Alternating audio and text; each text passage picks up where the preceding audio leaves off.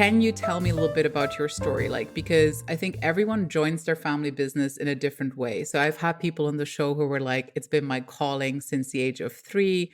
Others sort of like accidentally joined mid career, and others were forced into it. Those are the dramatic ones. So, Yeah. where on this scale are you in terms of like your story? I would actually say accidentally. So we were unique. I mean, in the Lebanese or Arab Middle Eastern family business, my our father did not pressure us to join, and so I followed my passion, which was actually social work and development work with NGOs. And I was actually in between contracts with the UN. And my dad was like, just come to Dubai and you can do a little training while you wait it out. And so the first day I joined, I knew that I wasn't going to leave because it had always been something that I had wanted to do. And I took that first step and it ended working out. What were sort of the things that stood out to you when you finally sort of like took in an official role? Were there things that were a big surprise to you that you were like, "Oh, I had no idea this was actually how things were being done here?" Well, what surprised me is how right it felt. It felt like it was the right time and the right place for me in my life. And I was excited because I was given the opportunity to leverage my experience, which was in the social and development area. So my father made me focus on really rolling out the corporate social responsibility program. And then I also joined HR, which really worked well with my passion for people. But what I did not expect was how hard it is to work with family members. So at the time, I was working a lot with my father and my brother, and it's something, a skill that you need to develop to wear a different hat, like the daughter hat versus the employee hat. So you started with CSR, you started and then you integrated into HR. But what did that actually look like? So what were the expectations set to you when you started in Jubaili Bros? And then how did you go about implementing CSR? So I did have a mentor, a family friend that had, this CSR was doing corporate CSR with a law firm. And I was connected with her and she was taking me to get to know the different organizations in the UAE. And we worked together for a framework of how to start. So we created a presentation. She gave us the idea to create a committee and to start setting goals. So I had that to go off. And then every year as things progressed, we got more into what you would do as a systematic business approach, which is we set our goals and our KPIs and we have a budget and we get that approved and we work on that year on year. Can you tell us a little bit more about like sort of like the actual projects that have emerged from what it is that you have undertaken from the beginning of your career? And also like sort of what are you very proud of today when you look at Jubaili Bros sort of like, impact and sort of like how you guys are going about doing your business? Well, one thing that's so important and it's very relevant to family businesses is the governance piece. Now, again, we had influencers at the board level and the shareholder level highlighting to the founders, guys, for the sustainability of the business, you guys are nearing retirement. We need to put corporate governance in place. And so that journey started about 2015, where we did connect with, for example, Deloitte Family Office. So the other thing is connecting with experts in their field to support you through that journey. And then alignment of the shareholders about where you want to go, and everyone being ready to make the sacrifices that you need to make. We also worked with IFC and they gave us a report. Now, were we able to then complete the report of all their suggestions and recommendations on how to have corporate governance? No, it takes years to do it. We're still in the process.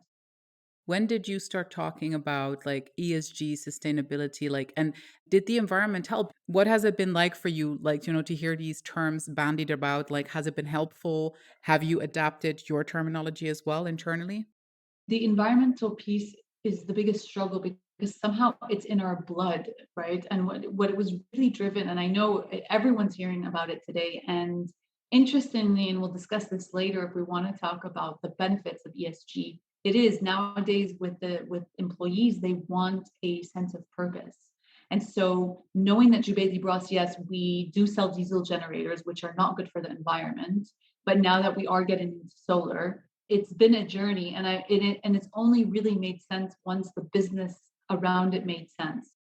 Do you feel the ESG piece and that focus on sustainability is going to help you recruit the next generation of the family as well, though? Like, is that been something that you feel like is coming to the fore, that you feel like actually it's also motivating us as the owners to be more involved? What has that been like for you? It definitely plays, I mean, specifically because I am in an HR, it plays a big part in the attraction and retention of talent. Knowing that for one, we do care about our environment, that we do have social activities, we do donations, we do take care of our employees by doing engagement activities and volunteering. Right now, we're not really looking at our next gen, like Gen 4, because they're still much smaller. But I know that this work, and we need to continue to do it, it's important in giving purpose to our employees. And then that is what is a important attraction and retention tool. So what are sort of like the next steps that you have in mind where you're like, you know what, these are the things, these are really the boxes we would like to tick in future as well, where we say like, okay, so these are goals or standards that we'd like to achieve. Do you have anything specific already in mind where you're like, you know what, this is actually our next sort of like hurdle or like our next horizon?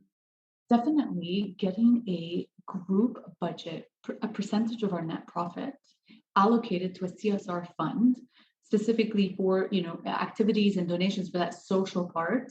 And it can also include some of the in-house environmental activities, right? Like I mentioned, the recycling and the waste, things like that. So getting a group budget approved and then having a yearly plan with KPIs and a budget, that is, that's what we're working on for 2023.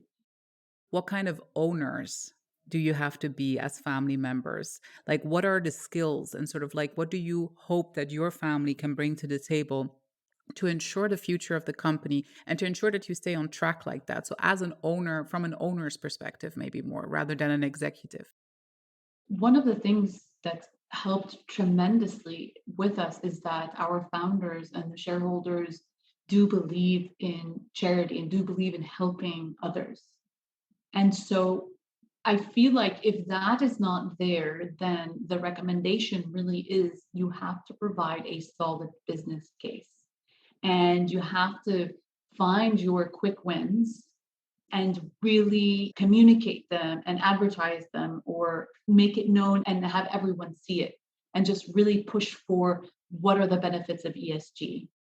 We do have to look at it from a female perspective because it's the Women in Family Business podcast. I always use that as an excuse, but you are in a very still male dominated industry and you did join. And I think, I'm not sure if you were the first woman to join or My cousins and we have another senior level executive that was with us you for a had, long so you time. had women there actually Yeah. to when you joined, which I think can be a great advantage as opposed to being the pioneering woman, I think, from the family coming in, right? Let me more talk to you or ask you about the role of diversity, I guess, from the diversity of the types of family members that join the business, whether it be like, age, whether it be in-laws, whether it be women versus men.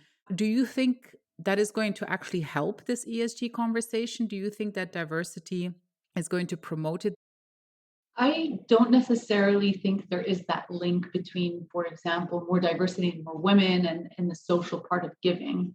But I definitely think that having diversity at all levels and of all different types of diversity and inclusion really support the governance aspect. Because if you have everyone that's the same in a room, no one's going to pinpoint the risk or no one's going to have a better idea.